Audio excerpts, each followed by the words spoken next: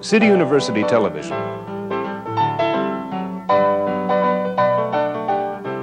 In association with the Center for Advanced Study in Theater Arts.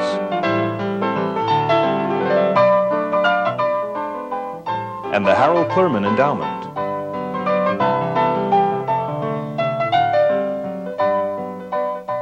Presents Spotlight.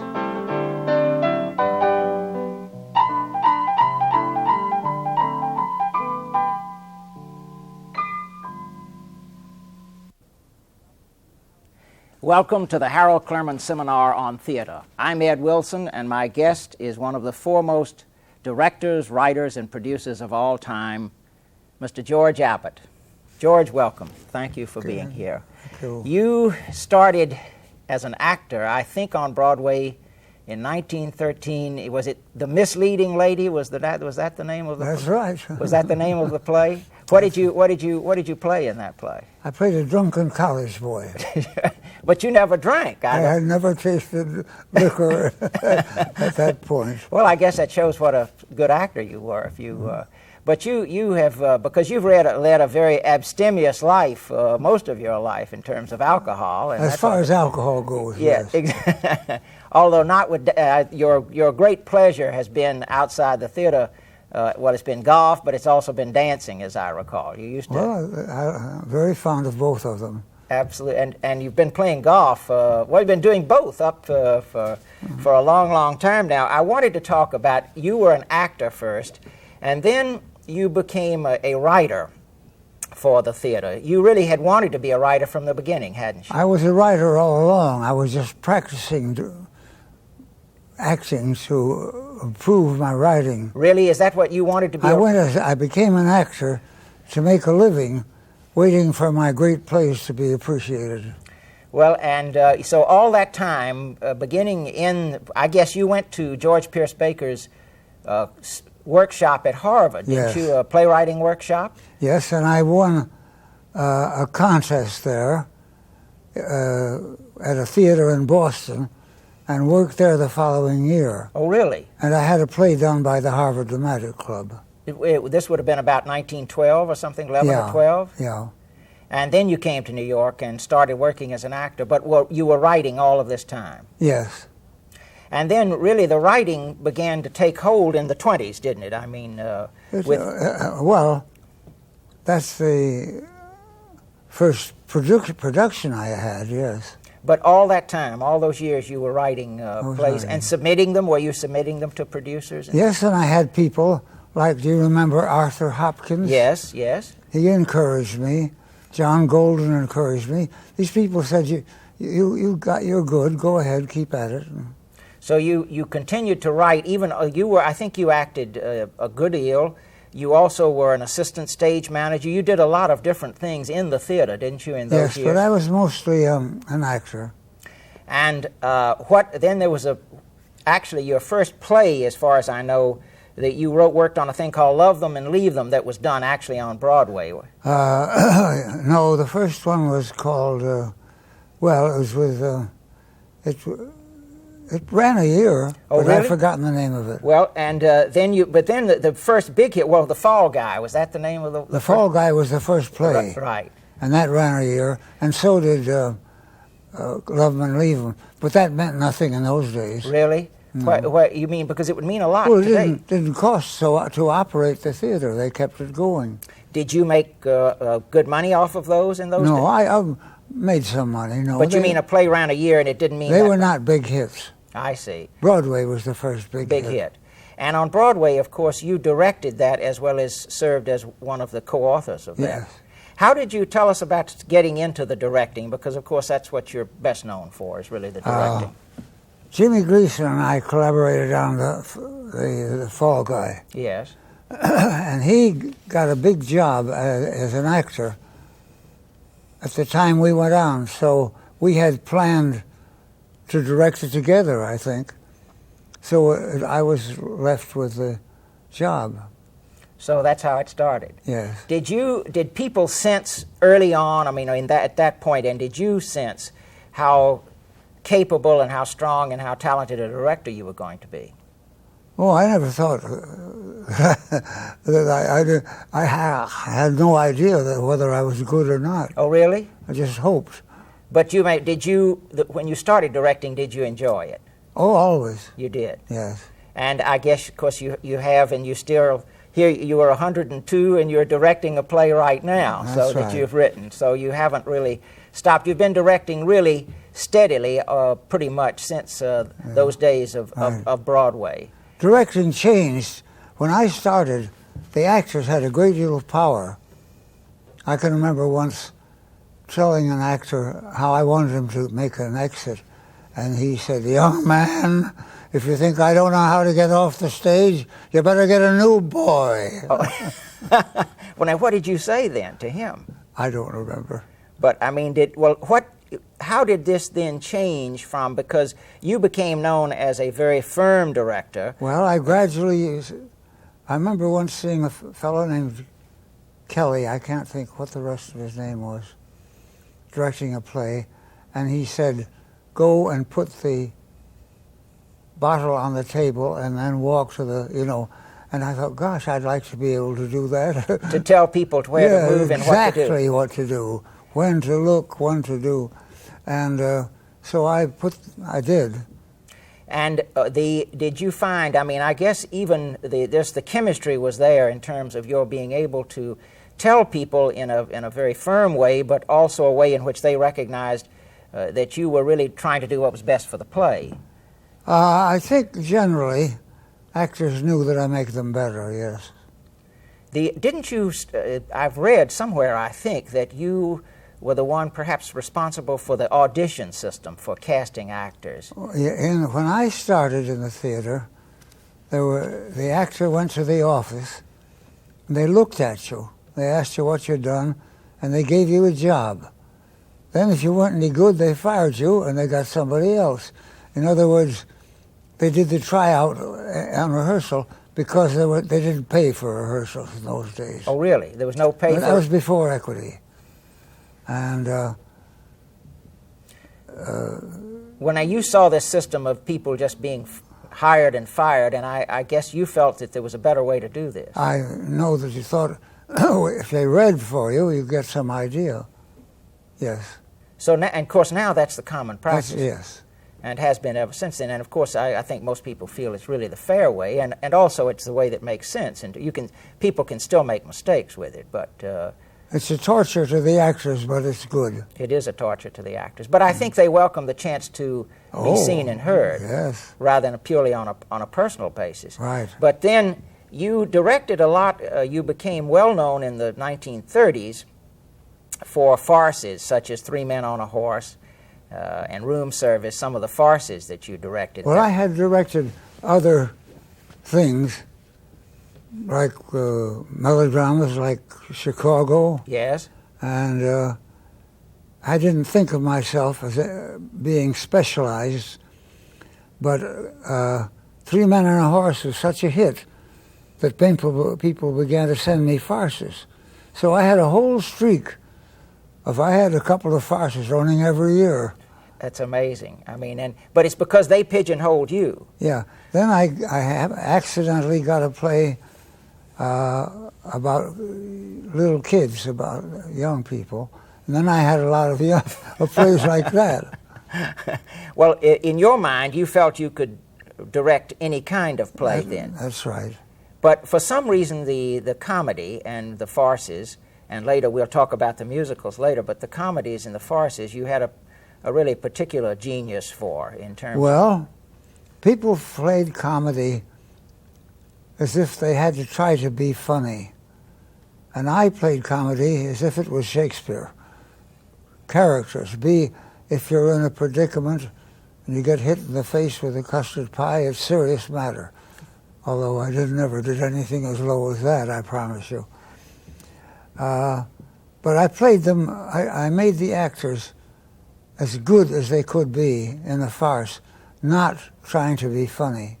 In other words, you convinced the actors to take the situation, which may be frivolous to the audience, but to take the situation very seriously. Character. Right. Yeah. I remember I talked to Eddie Albert once, and he told me how he had gotten, I guess it was in one of the plays that he was in, Brother Rat maybe, was he in that? And he said that he had gotten very high on himself and gotten very cute and what have you, and you came and took care of that in fairly short order. I don't remember. And but I think I did read once that you said you really directed farces and directed comedies as if they were plays like Hamlet or plays like, as you said, as Shakespeare. Another thing about the directing that I think people have misunderstood that you've talked about, which is the speed and the pace with which your plays always seem to move so swiftly. And I think you felt people misunderstood just the... It isn't just speed. It's making it interesting. Sometimes you make a thing seem to have speed simply by cutting redundant words. You mean, in other words, you find that you're repeating yourself, so you cut that out, and then that gives us... Well, you're being dull. Yeah. Being uninteresting. But also, I guess it's not just going straight through something. There's a question of variety, too, of having slow sections and fast... Professor Baker used to say, get the given amount of drama out of the given scene. and then move on to the next scene? Well, I mean, he said, milk it. But you have to use judgment, that you don't bore the audience by staying too long on something. I guess you never hesitated in a rehearsal. You learned a lot, didn't you, from audiences when your plays started playing before an audience? Yeah, of course. And they would send you a signal as to when maybe it was getting dull or when it was getting repetitive or something? You learn that. And because wouldn't you make a lot of changes between the first presentation before an audience? Usually. Sometimes you do and sometimes you don't. I've had plays that you almost were right from the start. Oh, really? And you didn't have to make very many changes at all? And others, I suppose, you made a lot of changes in? What about how did you feel about, in those days you used to go out of town, go to Boston or Philadelphia or Washington, trying out a play. Nowadays they don't do that because of expenses, well, really. They still do it, don't they? Well, they may do it to regional theaters, but to come to Broadway, they usually try to have previews. It's very expensive. It is. But is it helpful? Was it helpful when you did it? Sure. Because were the audiences different out of town from the ones? Very slightly. You mean a laugh was still a laugh in most... a New York audience is critical, but if a thing is a big hit, the actors say they begin to laugh when they open the program, meaning they are expecting to be amused and they're easy. Let me ask you this. Did you go back when a show would open, like Three Men on a Horse, a Room Service, or one of these, would you go back a few weeks later or a few months later to look at it? Yes. And had there... The actors always have a tendency to slow up. To slow up? Yes. They want to make the lines more important. And so you have to get them to pick up the cues. Would you actually sometimes have a rehearsal after several weeks into the... Not only that, but that's how Hal Prince became a director. I sent him out on the road to look at a show and re-rehearse it. Oh, really? And pick up the cues. Do you remember what a lot of different shows. Several different shows. He worked in the office. Right. And so you would send him out specifically for this purpose to see that to tighten a show up then. It had gotten looser. Let's talk about musicals because, of course, you became so well known for those.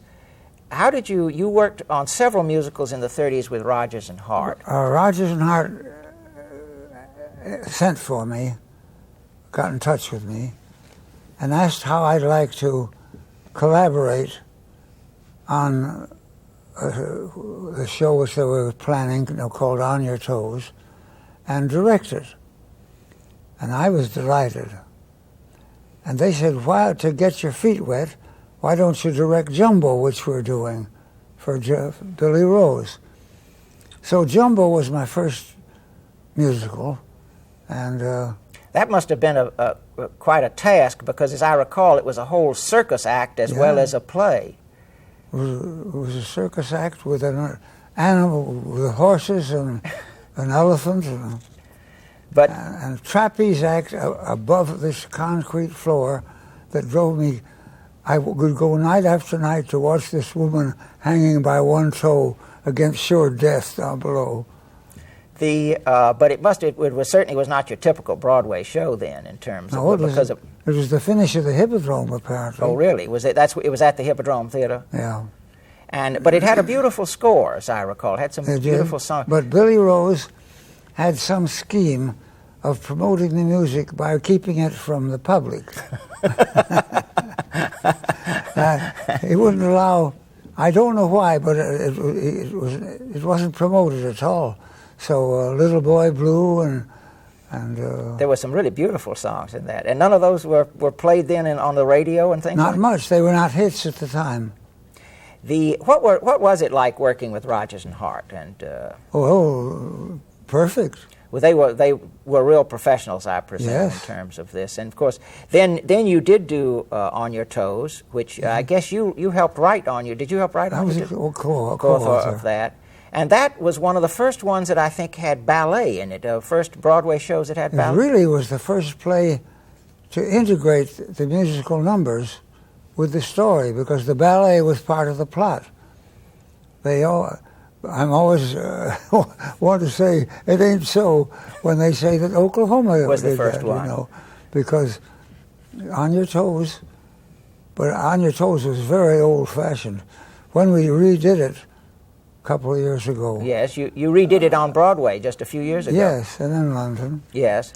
But it had to be rewritten, and really? I threw out 3 sets. Really? Yeah. It was the kind of a show where they'd have a scene in Central Park, so they could have a song called It's a Lovely Day Today or something. So of course, the musical theater changed. It's changed, obviously, during your lifetime in terms of the smoothness with which scene changes are made. The main thing was they tried to make the musical numbers part of the story and not just dragged in. Which, of course, they were certainly in the 20s. In the early days, you would just have a song cue and go straight into the song. Did Balanchine, did he work on, was he the choreographer for On Your Toes? How did that come about? And came about, they had a ballet, so they hired a ballet man to do it. And of course and then he became the head of the New York City Ballet. Well, he was at that time. Was he at that time too? He was making some money on the side. I see. I did 4 shows with Balanchine. Did you really? Yes. And then, of course, you've worked with a lot of choreographers, and you've brought a lot of them into the theater. I guess Jerome Robbins first worked under you. Well, Robbins did, but I can't credit for him because he was part of the deal when I took it over. I see. But now let's go back just a little bit to the Rodgers and Hart shows.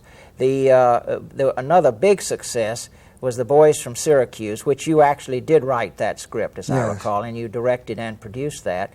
And I guess that was one of the first musical versions of a Shakespearean play, really.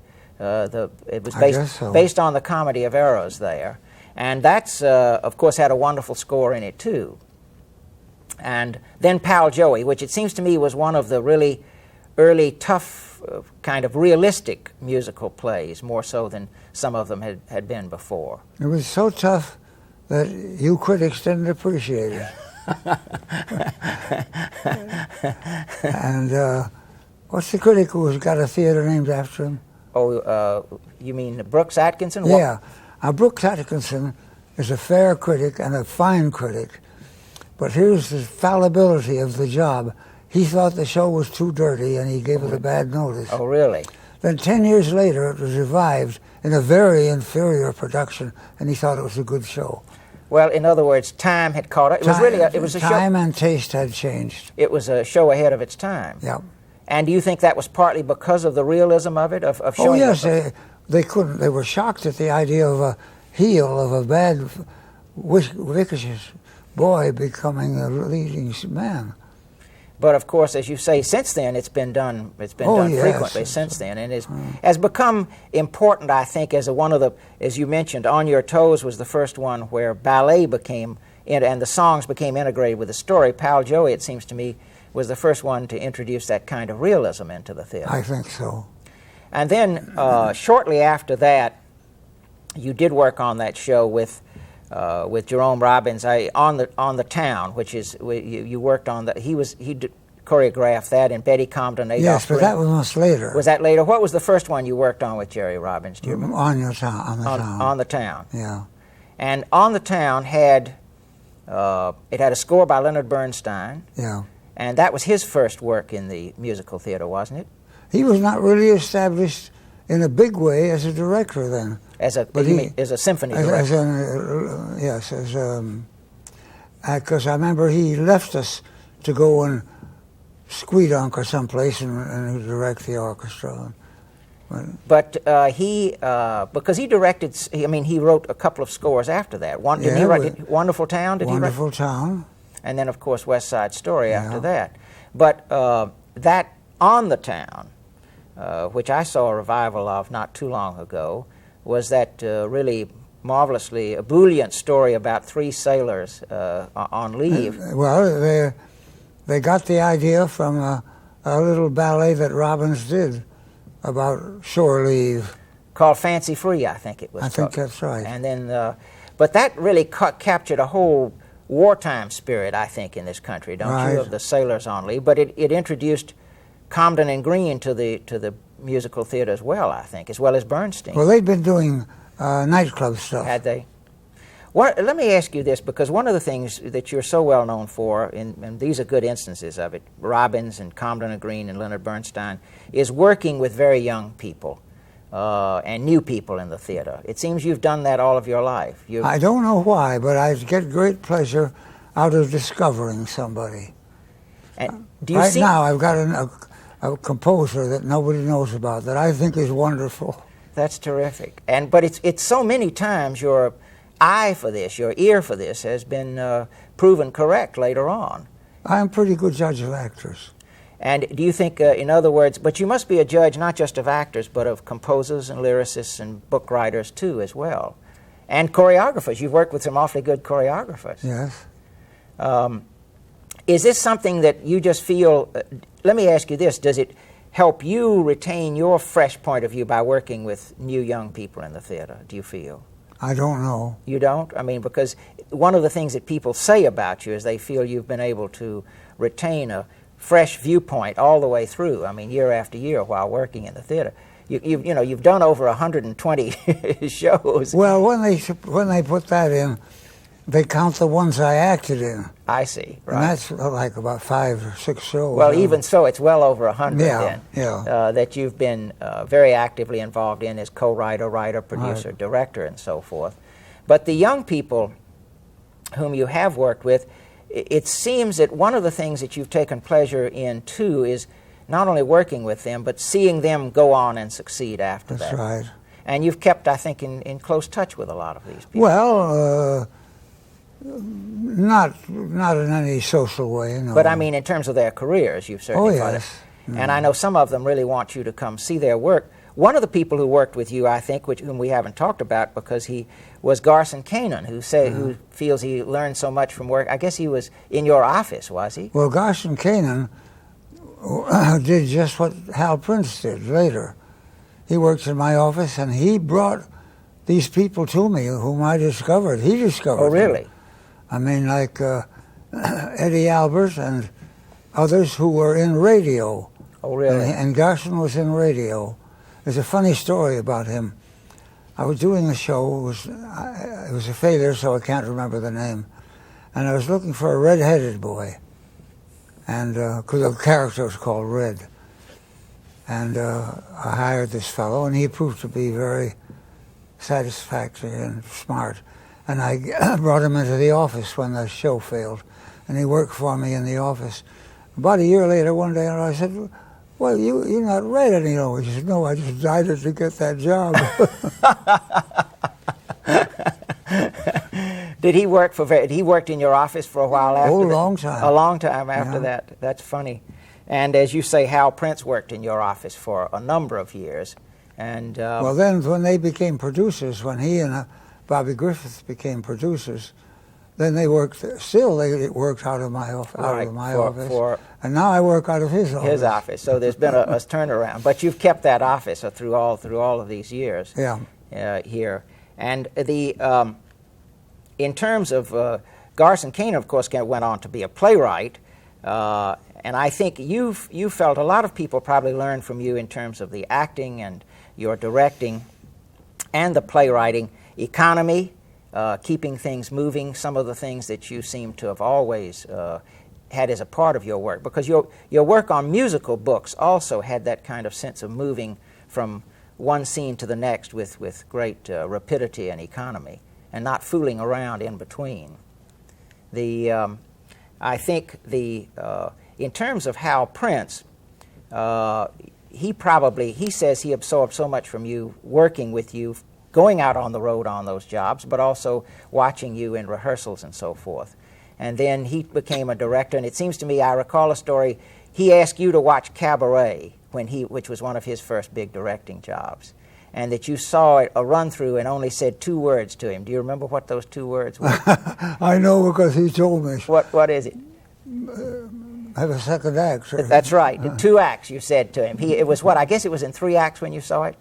I don't remember. It must have been. And he says you looked at it, and you saw it, and after you watched it, you only said 2 words, 2 acts, and he changed it from 3 acts to 2 acts, and he thinks it made a tremendous difference in the success of it. That's his story. I don't remember. Well, you should accept it. You should take that for granted, that's a story that he has, and the way he feels about it. In terms of all these people who've worked with you for so many years, and the young man you've got working with you now, this is a musical called Frankie, which is based on the story of Frankenstein that you are directing right now, which you've done in a workshop and you're now doing in a production. And you wrote the book for this? Yes. And this opens very soon, I think. Frankenstein. A couple of weeks. We're in rehearsal. Right. And so you're going through this process once again. George, our time is just about up. I want to thank you on behalf of all of those people who worked with you in the theater, and myself, having worked with you in the past, for all that you've done for all of us through all these years, and wish you luck with this show and all the ones to come after it. Thank you so much for being with us. Thank you. This has been the Harold Clurman Seminar in Theater. My guest has been Mr. George Abbott. I'm Ed Wilson. Thank you for being with us.